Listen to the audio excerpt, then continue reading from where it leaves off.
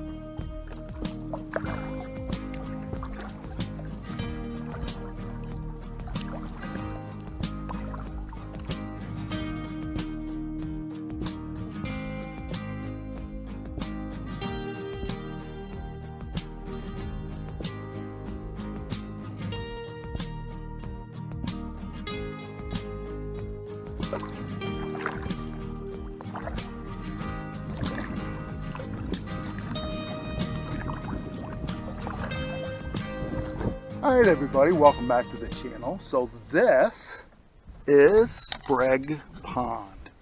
I'll try to hold the camera steady as we come around. It doesn't always succeed, but you can see that this is a pond.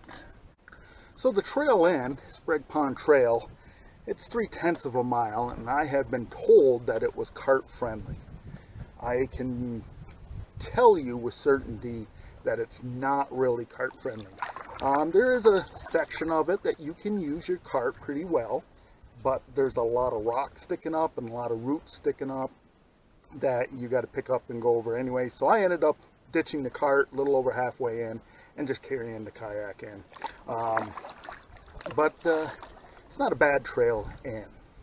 So this is Sprague Pond, and it's not a big body of water. It's definitely a pond out here in the middle of the Cedar River area. Cedar River flow is that way. Indian Lake isn't too far away. It's located in the Blue Ridge Wilderness. It's just right off in Cedar Lake Road. But it's about 4.5 miles from Route 28. So there is a little sign out there by the road that tells you Sprague Pond Trail. There's a couple islands out here, and I'm wondering if there's camping on those islands, because I do see like a camping placard over here on this island. We'll have to go check that out. But I've been told that this is, since it's shielded pretty well from wind, that this is a great pond for beginners. That there's hardly ever any wind here, and truth to be told, it's still, it's silent. There's no breeze at all, which makes it good that there's no bugs out either. But yeah, if you want some solitude and you're a beginning paddler and can carry your boat back here, there are no motorboats allowed back here. This is a protected body of water for fishing. It is considered a trout pond, which I found funny in the sign. They said no motorized vehicles, no motorized boats, and no aircraft. I didn't plan on bringing my plane with me anyways, but I wonder if that means drones too.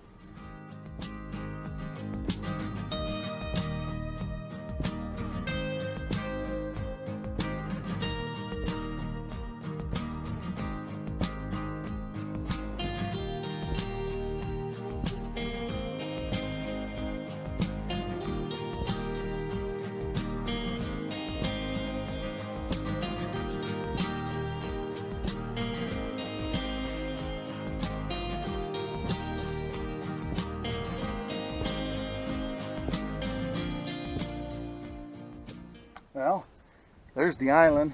The sign says no camping. So I assume probably people came out here and camped before, and the DEC didn't like that. So now there's a sign there that says no camping. So give you, by now, a lot of you, if you follow my channel, you've followed my journey through this summer.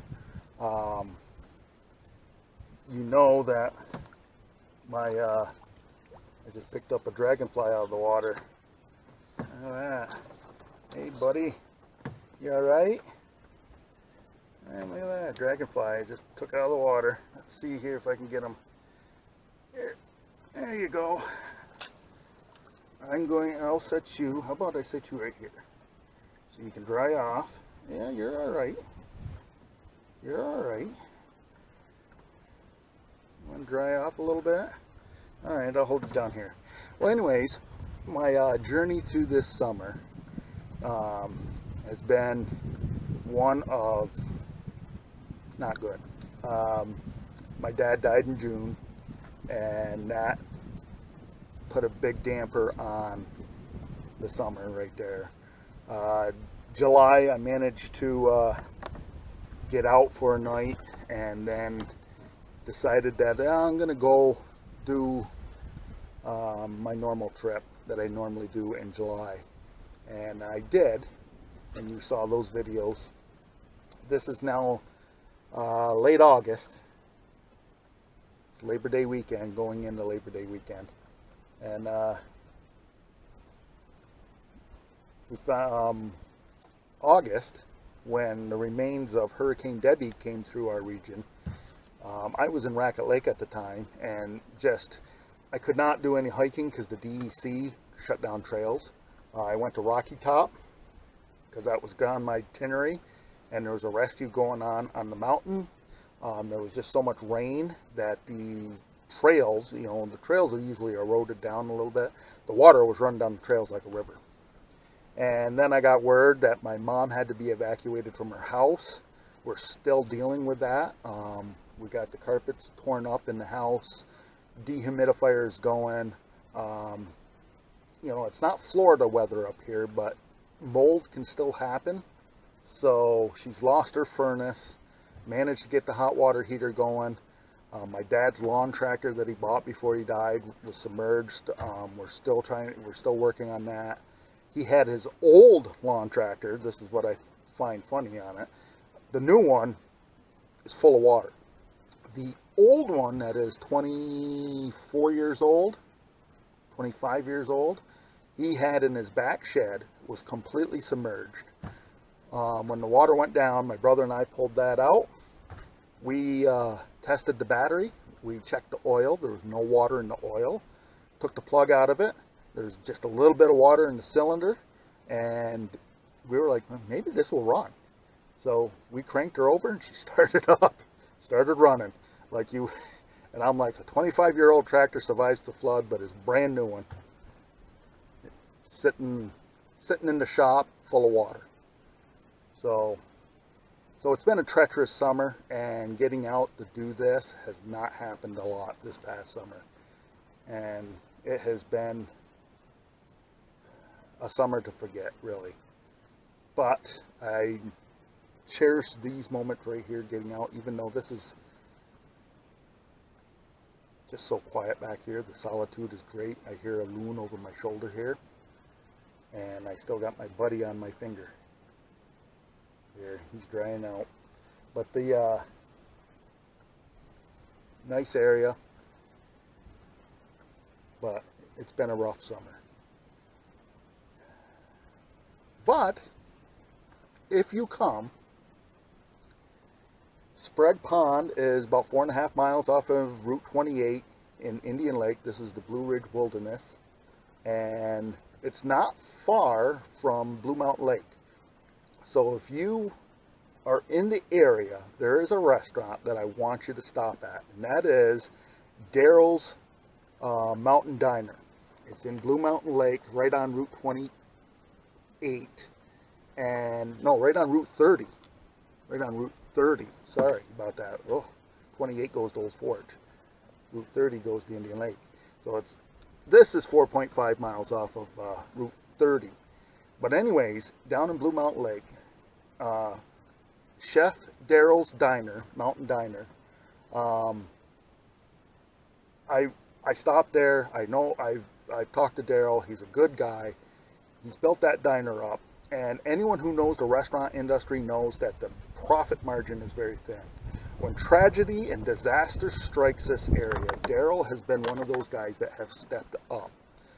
In 2023, when Blue Mountain Lake and Long Lake all had the major floods, and they had utility crews come in from outside the area, they had road crews come in from outside the area, he was making meals for them and handing them out.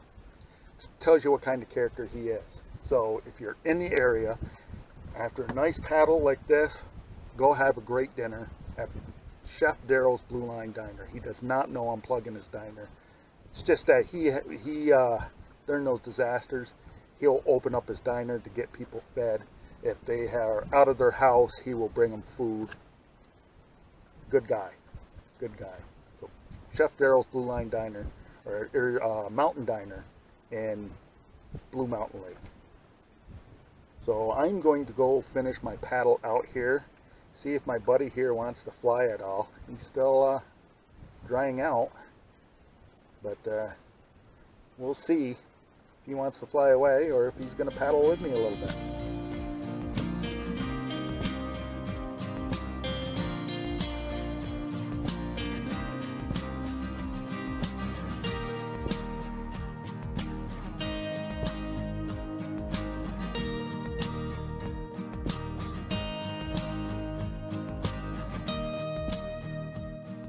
You know what's funny about having this dragonfly on me is he's been right along with me for a little bit. I just scooped him out of the water. Is that this picture here was one last year when I was on Taylor Pond, and that picture, you can see the dragonfly in front of me as I'm coming out. I had the camera set up where I went in, took a dip, and I was walking back out, and that dragonfly flew up into the picture frame. It was pretty cool that I got that. And now this guy here he's still riding with me. His wings look to be dried off, but still there. Alright folks, you watched all the way through. Thanks for that. If you liked the video, make sure to give me a thumbs up. If you haven't subscribed, click the subscribe button down below. Continue to follow the adventure. And remember folks, tomorrow is no guarantee for any one of us. So disconnect from that Wi-Fi, connect to this out here. You won't be disappointed.